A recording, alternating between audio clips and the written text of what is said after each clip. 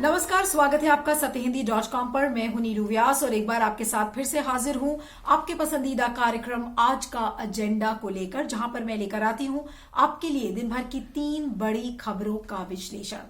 आज की मेरी लिस्ट में पहली खबर आज भी किसानों के प्रदर्शन से जुड़ी हुई है। आपको कल हमने बताया था कि किस तरीके से किसानों ने सारे जो रोड़े उनके लिए अटकाए जा रहे थे, उन सारे हर्डल्स को क्रॉस करके भारी संख्या में, भारी मात्रा में सारे किसान दिल्ली पहुंच चुके हैं। उन्हें निरंकारी ग्राउंड में दिल्ली के परमिशन भी दी गई थी, लेकिन अब किसान इस चीज पर अड़ गए हैं कि वो निरंकारी ग्राउंड नहीं बल्कि जंतर मंतर पर ही प्रदर्शन करना चाहते हैं। तो इसके डिटेल्स आपको बताऊंगी। हमारी दूसरी खबर भी किसानों के प्रदर्शन से जुड़ी हुई है और वो है जो एक ट्रेंड सोशल मीडिया पर दिख रहा है इस किसानों के प्रदर्शन को लेकर कि सारे किसानों को इस समय जो कृषि कानूनों का विरोध कर रहे हैं उन्हें खालिस्तानी बताया जा रहा है, उन्हें देशद्रोही बताया जा रहा है। तो क्या है ये खबर, इसके बारे में बताऊंगी। और तीसरी खबर है यूपी में लव जिहाद को लेकर जो अभी अध्यादेश पारित हुआ था, उसे आज राज्यपाल ने मंजूरी दे दी है। इसके क्या मायने हैं और क्या राजनीतिक प्रतिक्रिया भी आई है, इसके बारे में भी आपको बताऊंगी। तो चलिए शुरुआत करते हैं हमारी आज की पहली बड़ी खबर से।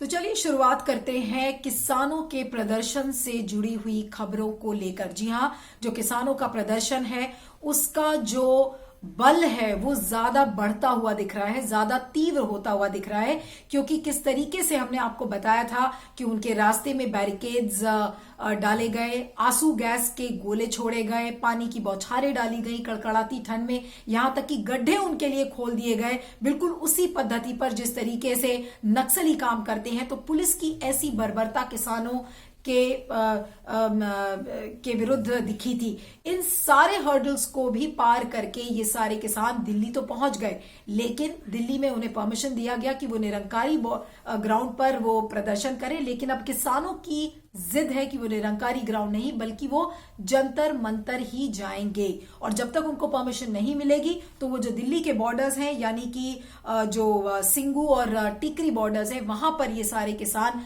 अभी भी तैनात हैं। सिक्योरिटी सुरक्षा व्यवस्था काफी कड़ी कर दी गई है। और जो भारतीय किसान यूनियन अग्रहण के जो हेड हैं, उन्होंने कहा है कि वो तो बिल्कुल निरंकारी ग्राउंड नहीं जाएंगे। और अभी और भी राज्यों से जो किसान संगठन है वो ज्वाइन कर रहे हैं, जैसे उत्तराखंड, यूपी, यहाँ के और राजस्थान के जो किसान हैं उनका भी समर्थन दिल्ली चलो आंदोलन के लिए मिल रहा है। तो इस तरीके की खबरें आ रही हैं। लेकिन जो सबसे दुर्भाग्यपूर्ण बात है वो देखी गई है कि किस तरीके से पुलिस ने इन किसानों के खिलाफ केसेस रजिस्टर किए हैं। मिसाल के तौर पर 26 साल का जो नवदीप सिंह था, जिसने कि वाटर कैनन के ऊपर चढ़कर वाटर कैनन को बंद करने की कोशिश की थी, तो उसके खिलाफ अब अटेम्प्ट टू मर्डर का चार्ज लगा दिया गया है, उसको बुक कर दिया गया है हत्या के प्रयास के मामले में, और उसके पिता का नाम भी एफआईआर में दर्ज किया गया है। इसके अलावा पुलिस ने यह भी आरोप लगाया है कि ये जितने किसान थे, इनमें से कई लोग ट्रैक्टर और ट्रॉली लेकर वो पुलिस की बैरिकेड्स के ऊपर चढ़ना चाह रहे थे, यानी कि गैर इरादतन हत्या के भी ऐसे आरोप लग रहे हैं कि किस तरीके से पुलिस की बैरिकेडिंग को तोड़ने की जबरन किसानों ने कोशिश की और जितना जो पुलिस इंफ्रास्ट्रक्चर है उसको खत्म करने की कोशिश किया।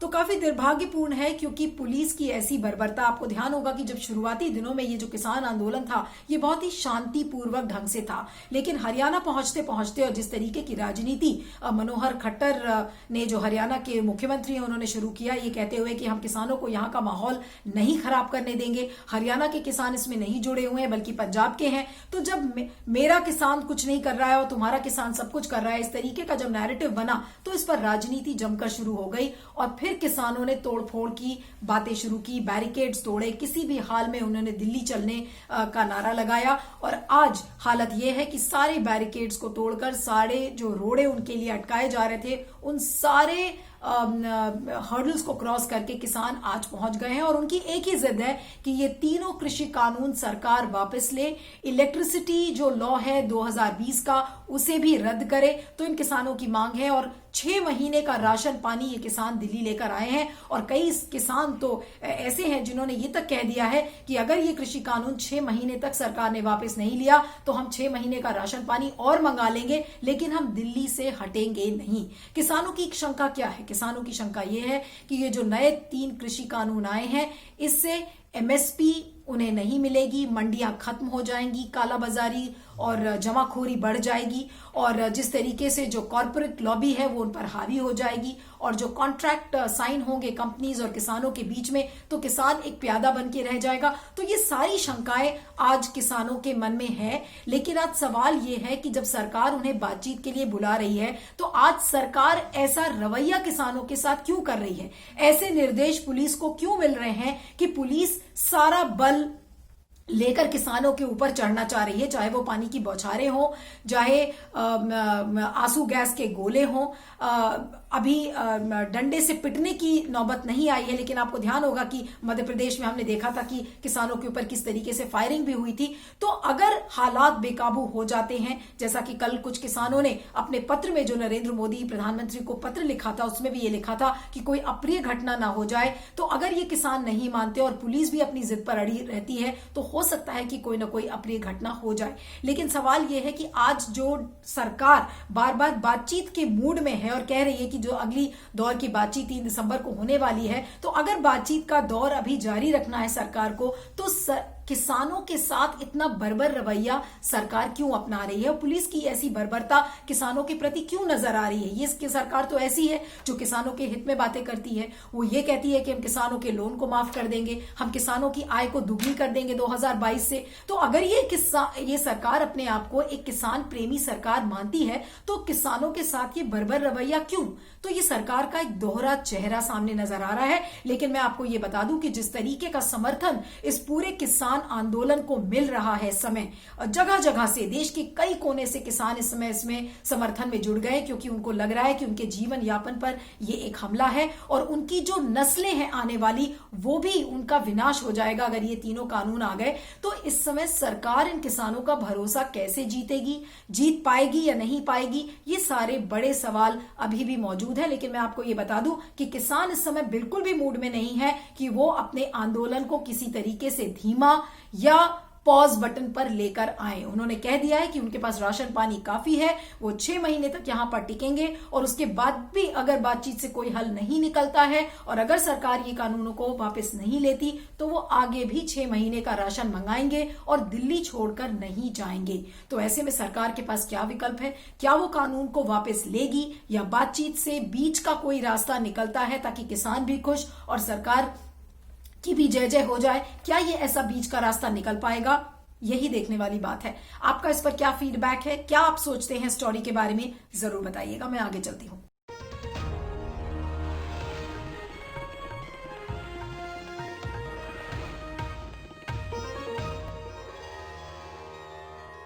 हमारी दूसरी खबर भी किसानों के प्रदर्शन से ही जुड़ी हुई है, लेकिन ये खबर है किस तरीके से किसान आंदोलन को सोशल मीडिया पर प्रस्तुत किया जा रहा है। कभी भी कोई प्रदर्शन होता है, चाहे सीए की बात हम करें, चाहे एनआरसी की बात करें, शाहीन बाग में कितना लंबा प्रोटेस्ट चला और सोशल मीडिया पर किस तरीके से उसका प्रदर्शन हुआ था। सोशल मीडिया पर यह बताया जा रहा था कि शाहीन बाग में जो बैठे हुए लोग हैं वो पाकिस्तानी हैं, वो आतंकवादी हैं, उनका कनेक्शन पाकिस्तान से है। तो इस आंदोलन को लेकर भी कुछ इसी तरीके के सुर सामने नजर आ रहे हैं और अगर मैं आपको एक एक करके बताऊंगी तो शायद आपको भी लगेगा कि अगर सोशल मीडिया पर इस तरीके का नैरेटिव इन किसानों के लिए बनाया जा रहा है तो इस देश के लिए, इस लोकतंत्र के लिए कितना दुर्भाग्यपूर्ण है। अब आपको बता दें कि सोशल मीडिया पर एक ऐसी जमात इस समय मौजूद है जिसमें बीजेपी के कुछ लोग हैं, दक्षिणपंथी नेता हैं और मीडिया का एक ऐसा वर्ग है जो इन किसानों को ये कह रहा है कि ये किसान देशद्रोही हैं, ये खालिस्तानी हैं और तमाम तरीके के ट्वीट्स उनके लिए लिखे जा रहे हैं और जो वीडियोस पोस्ट किए जा रहे हैं, जो पिक्चर्स पोस्ट की जा रही हैं, वो सारी फर्जी वीडियोस हैं, सारी फर्जी पिक्चरें हैं। अब आपको बता दें कि ये वही तबका है ट्रोलर्स का अब वो बीजेपी की आईटी सेल है या कौन है, या फेक अकाउंट्स के जरिए इस तरीके की ट्रोल आर्मी इस समय ऑपरेट कर रही है, ये वही लोग हैं जिस समय जिन्होंने सीए और एनआरसी के लिए भी ये कहा था कि ये पाकिस्तानी हैं, ये आतंकवादी हैं, इनके पाकिस्तान से कनेक्शंस हैं। ये बिल्कुल वही लोग हैं जो आज किसान आंदोलन को भी इस ट्रोल आर्मी के जरिए कहीं ना कहीं डिस्क्रेडिट करने की कोशिश कर रहे हैं, उनका नाम खराब करने की कोशिश कर रहे हैं, उनको बदनाम करने की कोशिश कर रहे हैं। अब आइए देखते हैं कि क्या कहा है।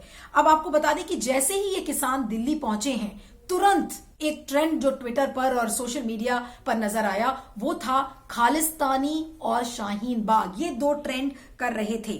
और आपको बता दें कि सबसे पहले अमित मालविया का, जो बीजेपी के आईटी सेल के हेड है, उनका एक वीडियो सामने आता है और उस वीडियो का जो कैप्शन है उसे आप जरा गौर से सुनिएगा। उसमें क्या लिखा है? उसमें लिखा है, इंदिरा ठोक दी मोदी जी की छाती पर। देखिए किस तरीके का कैप्शन है, किस तरीके की भाषा का इस्तेमाल है, आप इसको देखिए। और उसमें फिर ये लिखा है उस वीडियो के ट्वीट में, what kind of farmers agitation is this? Is Amarinder Singh playing with fire? When will Congress realize that aligning with these radical elements has reached its sell date? यानी कि कांग्रेस को डिस्क्रेडिट करने की कोशिश की जा रही है। इंदिरा ठोक दी मोदी की छाती पर, इस तरीके का कैप्शन लगाया जा रहा है। और उसके ऊपर जो एक लास्ट में, जिसे आप थंबनेल कहें या पिक्चर का टाइटल आप कह ले, उसमें ये लिखा है कि पंजाब में किसान आंदोलन की आड़ में खालिस्तानी एजेंडा। ये वीडियो या ये पिक्चर ये कहां से आ रही है? बीजेपी के आईटी सेल के हेड से, यानी कि अमित मालविया के पास से। अब क्या अमित मालविया के खिलाफ कोई केस दर्ज होगा कि वो इस तरीके की गंदी भाषा का इस्तेमाल क्यों कर रहे हैं? उनके पास क्या एविडेंस है इस बात का कि इन किसानों का कनेक्शन खालिस्तानी है या खालिस्तान से इनका कनेक्शन है? तो आज क्या इन पर कोई केस दर्ज करेगा? शायद किसी की हिम्मत नहीं, क्योंकि ये तो सरकार है जिसकी रूलिंग गवर्नमेंट है। अमित मालविया उनके आईटी सेल के हेड है, उनके खिलाफ तो कोई भी केस नहीं दर्ज करेगा। अब आप देखिए दूसरा जो ट्वीट है, एक आचार्य विक्रमादित्य नाम का एक ट्विटर यूजर है जिसने योगेंद्र यादव की, जो स्वराज अभियान के जो अध्यक्ष हैं, उनकी एक पिक्चर लगाई है और उसमें ये लिखा है कि ये वही लोग हैं जो सीए एनआरसी के नाम पर शाहीन बाग में आंदोलन कर रहे थे।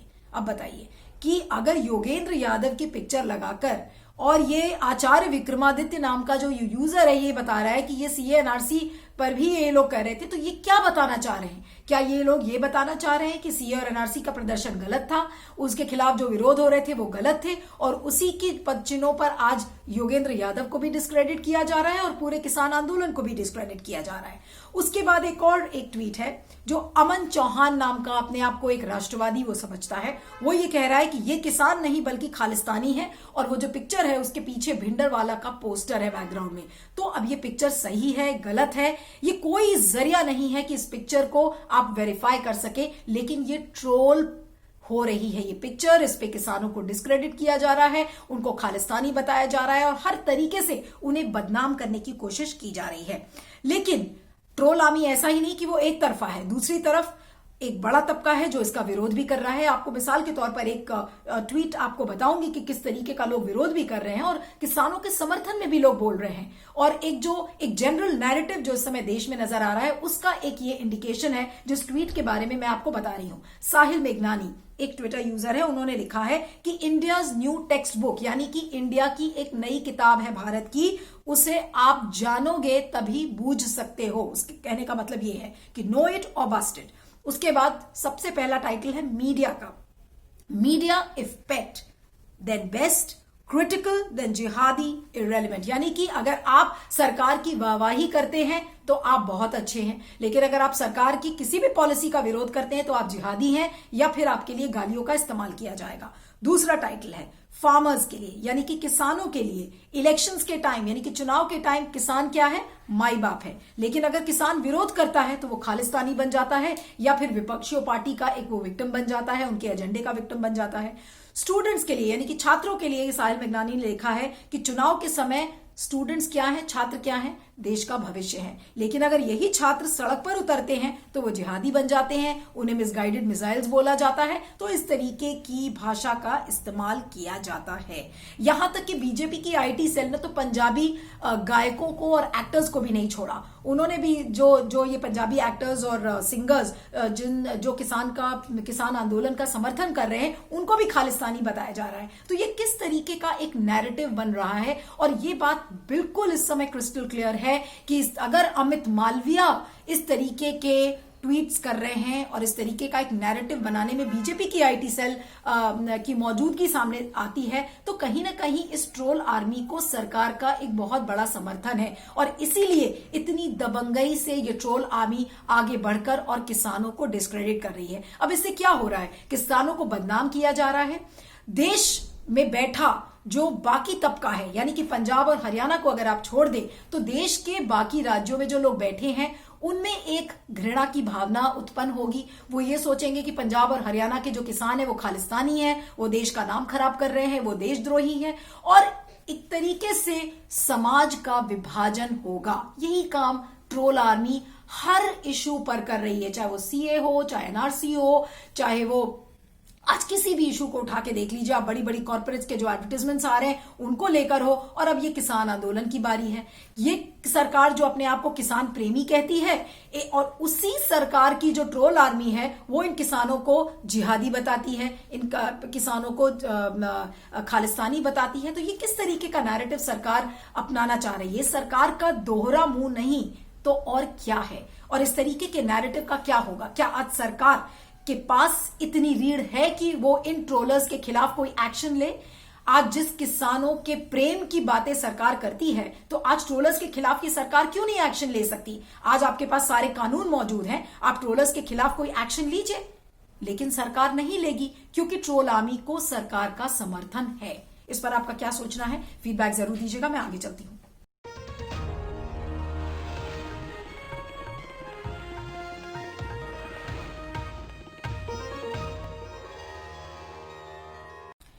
आइए बात करते हैं लव जिहाद के अध्यादेश को लेकर, जिसे कि उत्तर प्रदेश की राज्य सरकार ने अभी पारित किया था और आज उसे उत्तर प्रदेश की राज्यपाल आनंदीबेन पटेल ने उसे मंजूरी दे दी है। मंजूरी देने का मतलब है कि वो अध्यादेश आज से लागू हो जाएगा।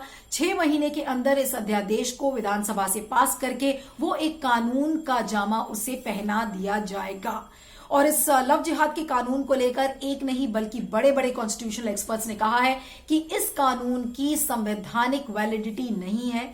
किसी भी कोर्ट में ये कानून 1 मिनट भी खड़ा नहीं हो पाएगा क्योंकि ये मौलिक अधिकारों का हनन है। Right to liberty, right to choice, right to freedom of religion, ये सारे जो बेसिक राइट्स हैं, आपके फंडामेंटल राइट्स हैं, इन सारे 21 से लेके 25 सेक्शन जो आर्टिकल्स हैं आपके संविधान के, इन सारे सेक्शंस का उल्लंघन है ये लव जिहाद का कानून। क्योंकि लव जिहाद का कानून ये कहता है, कड़ी से कड़ी सजा की बात कर रहा है। जैसे कि यूपी के जो लव जिहाद का कानून है वो कहता है कि 10 साल की सजा हो जाएगी, और अगर ये पता चलता है कि फोर्सफुली अगर धर्मांतरण हुआ है तो मौलवियों के खिलाफ, उन पादरियों के खिलाफ एक्शन लिया जाएगा। यहां तक कि जो सामाजिक संगठन है जो कि मैस मैरिजेस करवाती हैं, अगर ये पता चलता है कि उन्होंने फोर्स्ड रिलीजियस कन्वर्जन कराए हैं तो उनका रजिस्ट्रेशन यानी कि उनका जो पंजीकरण है उसे निरस्त कर दिया जाएगा। तो ये ड्रैकोनियन लॉ है। और क्या ये मौलिक अधिकार की अगर हम बात करते हैं तो क्या वो कोर्ट में 1 भी मिनट खड़ा हो पाएगा?